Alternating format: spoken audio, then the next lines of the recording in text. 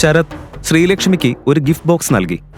ശ്രീലക്ഷ്മി തുറന്നപ്പോൾ അതിൽ തെളിഞ്ഞു നിൽക്കുന്ന ഡയമണ്ട് നെക്ലസ് ആയിരുന്നു. ഗിഫ്റ്റ് കൊടുക്കുമ്പോൾ അവൻ ശ്രീലക്ഷ്മിയെ സ്പർശിക്കാൻ ശ്രമിക്കുന്നതും നിരന്തരം പ്രശംസിക്കുന്നതും കണ്ടപ്പോൾ ഋഷിക്ക് ദേഷ്യം വന്നു. ഇതിന്റെ ഭംഗി ഇപ്പോ ഒന്നും കൂടെ കൂടി. ഇതിന്റെ വില ഇരട്ടിയായതുപോലെ. താങ്ക് യു ശരത്, നല്ല ഗിഫ്റ്റ്. ഇത് ഒറിജിനൽ ആയിരുന്നെങ്കിൽ ഒന്നുകൂടെ കൊള്ളാമായിരുന്നു.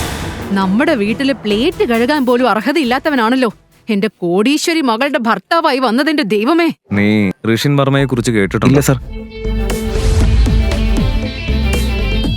ഇന്ത്യയിലെ ടോപ്പ് ബിസിനസ്മാൻമാരിൽ ഒരാളാണ്.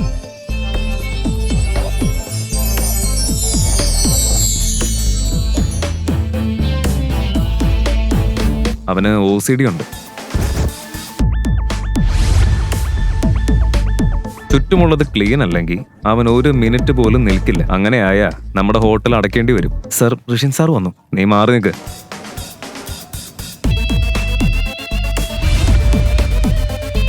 പ്ലീസ്. Thanks sir. നിങ്ങൾ നമ്മുടെ ഹോട്ടലിൽ വന്നത് ഞങ്ങളുടെ വലിയ ഭാഗ്യ. നമ്മുടെ ഹോട്ടലിന് നിങ്ങളുടെ സപ്പോർട്ട് വേണം sir. Please. Sure, why not. Thank you sir. Please have a look at the agreement.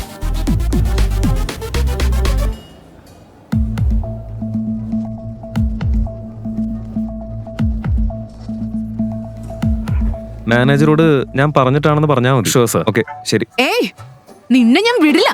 നിങ്ങൾ ആരാ? നിർത്ത്. നിന്നെ ഞാനിന്ന് വിടില്ല.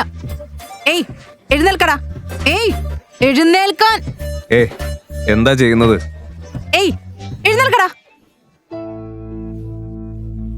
ജോലിയും കളഞ്ഞ് ഇവിടെ വലിയ ബിസിനസ്മാനെ പോലെ പകൽക്കിനാവും കണ്ടിരിക്കും അവൻ. നാണോ ഇല്ലാത്തവൻ. നിന്നെ മരുമകനാക്കിയിട്ട് ഇവിടെ ഒരു ഉപകാരവും ഇല്ല. ഇവിടെ വീട്ടുജോലിയെങ്കിലും ചെയ്. ഇരുന്ന് സ്വപ്നം കാണാതെ പോയി നിന്റെ ജോലി നോക്ക്. ഓ, ഈ വിവാഹം കഴിച്ചത് അവന്റെ കുറ്റമാണോ? ദേവയാനി തന്റെ മരുമകനെ ഇങ്ങനെ കാണുന്നത് ശരിയാണോ? Excuse me, coffee. ക്ഷീണിച്ച് ഓഫീസിൽ നിന്ന് വന്ന ശ്രീലക്ഷ്മി ഭർത്താവായ ഋഷിയോട് കോഫി ചോദിച്ചു. അടുക്കളയിൽ ജോലിയിലായിരുന്ന ഋഷി അത് കേട്ടില്ല. എക്സ്ക്യൂസ് മീ, എവിടെയാ നീ? എനിക്ക് കോഫി വേണം. അവൾ വീണ്ടും ചോദിച്ചു. എക്സ്ക്യൂസ് മീ, എനിക്ക് കോഫി വേണം. അവളുടെ വാക്കുകൾ കേട്ട ദേവയാനി മുറിയിൽ നിന്ന് പുറത്തേക്ക് വന്ന് മരുമകനോട് ദേഷ്യത്തിൽ പറഞ്ഞു. അവള് നിന്നെ കിടന്ന് വിളിക്കുന്നത് നിനക്ക് കേൾക്കുന്നില്ലേ? പൊട്ടനാണോ നീ? അടുക്കളയിൽ വലിയ ജോലി ചെയ്യുന്നവനെ പോലെ നീ അഭിനയിക്കണ്ട. വേഗം അവൾക്ക് കോഫി ഉണ്ടാക്കി കൊടുക്ക്. അവൾ ഋഷിയെ ശകാരിച്ചു. വരുന്നു അമ്മ, അത് തന്നെയാ ഞാൻ ചെയ്യുന്നത്.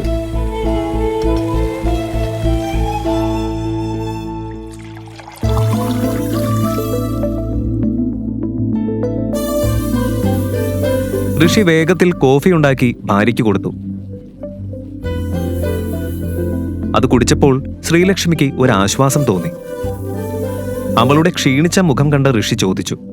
ഓഫീസില് ജോലികൾ വളരെ കൂടുതലാണ്. അധികം ടെൻഷൻ എടുക്കണ്ട ശ്രീലക്ഷ്മി. ഋഷി അവളുടെ തലയിൽ കൈവച്ച് മസാജ് ചെയ്യാൻ തുടങ്ങി. ഉടൻ തന്നെ ശ്രീലക്ഷ്മി മുഖം ചൊളിച്ചു. പ്ലീസ് ഋഷി, ഇങ്ങനെയൊന്നും എന്നോട് ചെയ്യരുത്. എനിക്കത് ഇഷ്ടമില്ല. ആദ്യം നീ ഇവിടുന്ന് പോ. ഓ, ഒന്നും ചെയ്യാൻ അറിയില്ല. അതും പോരാഞ്ഞിട്ടാണോ ഇങ്ങനെ ഉപകാരമില്ലാത്ത ഓരോന്ന് ചെയ്തിരിക്കുന്നത്? ഓ, പോയി അടുക്കള ജോലി ചെയ്യാൻ നോക്ക്. അച്ഛന് നൽകിയ വാഗ്ദാനത്തിന്റെ പുറത്താണ് ശ്രീലക്ഷ്മി ഋഷിയെ വിവാഹം കഴിച്ചത്. അങ്ങനെ ജോലിയൊന്നുമില്ലാത്ത ഋഷി ഭാര്യ വീട്ടിലെ ഭർത്താവ് ജോലിക്കാരനായി മാറി. അവിടുത്തെ എല്ലാ വീട്ടുജോലികളും നോക്കി നടന്നു. അതുകൊണ്ടാണ് ദേവയാനി എപ്പോഴും മരുമകനെ താഴ്ത്തിക്കെട്ടി സംസാരിക്കുന്നത്. ആ പച്ചക്കറി അരിയുന്നത് നിർത്തി അവിടെ കിടക്കുന്ന ദോശപാത്രങ്ങൾ കഴുകി വെക്ക്.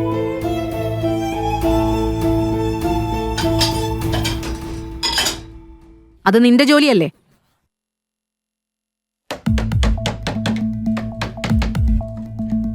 എന്താ മോളെ, എന്തു പറ്റി? അമ്മ, ഓഫീസിൽ ഭയങ്കര ടെൻഷനാ. നമ്മുടെ കമ്പനി പ്രോഡക്റ്റുകൾ നല്ലതല്ലെന്ന് പറഞ്ഞ് ക്ലയന്റുകൾ അത് മടക്കി അയച്ചു. അതൊക്കെ ശരിയാക്കി തിരിച്ചയക്കാൻ 40 കോടി രൂപ വേണം. അതിനുള്ള ഫണ്ടൊന്നുമില്ല. എന്ത് ചെയ്യണമെന്ന് അറിയുന്നില്ല.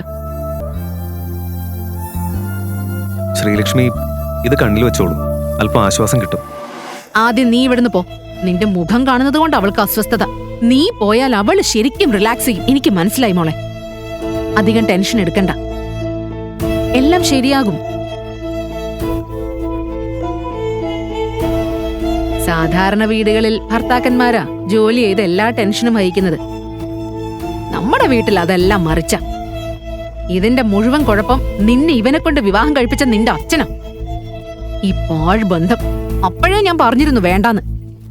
അപ്പോഴേക്കും അദ്ദേഹം എല്ലാം തീരുമാനിച്ചു. ഇനിയും വൈകിട്ടില്ല മോളെ. നീ ഇവനെ ഡിവോഴ്സ് ചെയ്ത് നിന്റെ കാര്യം നോക്കി ജീവിക്ക്. അമ്മേ, എത്ര പ്രാവശ്യം ഞാനിത് പറഞ്ഞിട്ടുണ്ട്. ഈ വിഷയം വീണ്ടും തുടങ്ങല്ലേ. ഋഷിയോട് ഇങ്ങനെ പെരുമാറരുത്. അവൻ എന്നെ നല്ലപോലെ നോക്കുന്നുണ്ട്. നീ അല്ലെങ്കിൽ ഞാൻ പറയുന്നത് കേൾക്കാറില്ലല്ലോ. അതുകൊണ്ടാ അവൻ നിന്റെ തലയിൽ കയറിയിരിക്കുന്നത്. എന്താ അമ്മ ഇത്?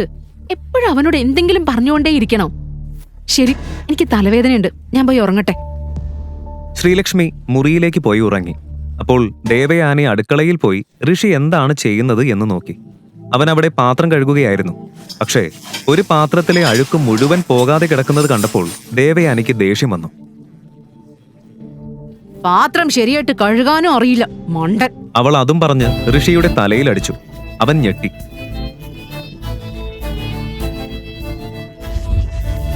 എന്താ നീ കണ്ണുരുട്ടി നോക്കുന്നേ? എന്നെ അടിക്കുവോ നീ? ദേഷ്യം വന്നിട്ടും അവൻ അവളോട് വാദിക്കാൻ നിന്നില്ല. അവൻ മുറിയിലേക്ക് പോയി.